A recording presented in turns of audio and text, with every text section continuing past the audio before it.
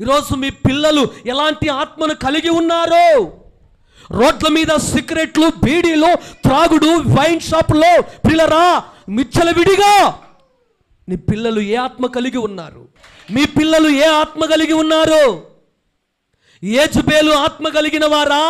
దయ్యపు ఆత్మ కలిగిన వారా? సినిమా చూసే ఆత్మ కలిగి ఉందా?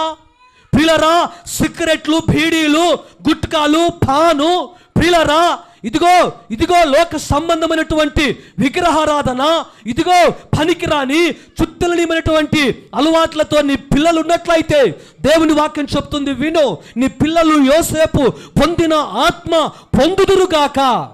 ఆమేన్. ఎందుకనంటే ప్రియులారా, ఈరోజు పిల్లలు భయంకరంగా పాడైపోతున్నారు. చివరికి కని పెంచిన తల్లిదండ్రుల మాటనే వినట్లేదు. కొన్ని కుటుంబాల్లో తల్లిదండ్రులే పిల్లలు పాడు చేస్తూ ఉన్నారు. విను, ఒకవేళ నిన్ను బట్టి నీ పిల్లలు పాడైపోతున్నట్లయితే సరి చేసుకో. దేవుని ఆత్మ కలిగిన వాడు దేవునిలాగా ప్రవర్తిస్తాడు. దేవుని ఆత్మ కలిగిన వాడు దేవునిలాగా బ్రతుకుతాడు. దేవుని ఆత్మ కలిగిన వాడు దేవునిలాగా మాట్లాడుతాడు.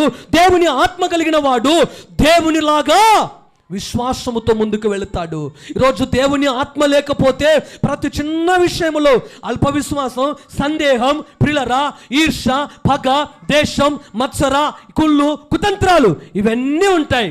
కానీ దేవుని ఆత్మ కలిగిన వారికి ఇవన్నీ ఏవి ఉండవు.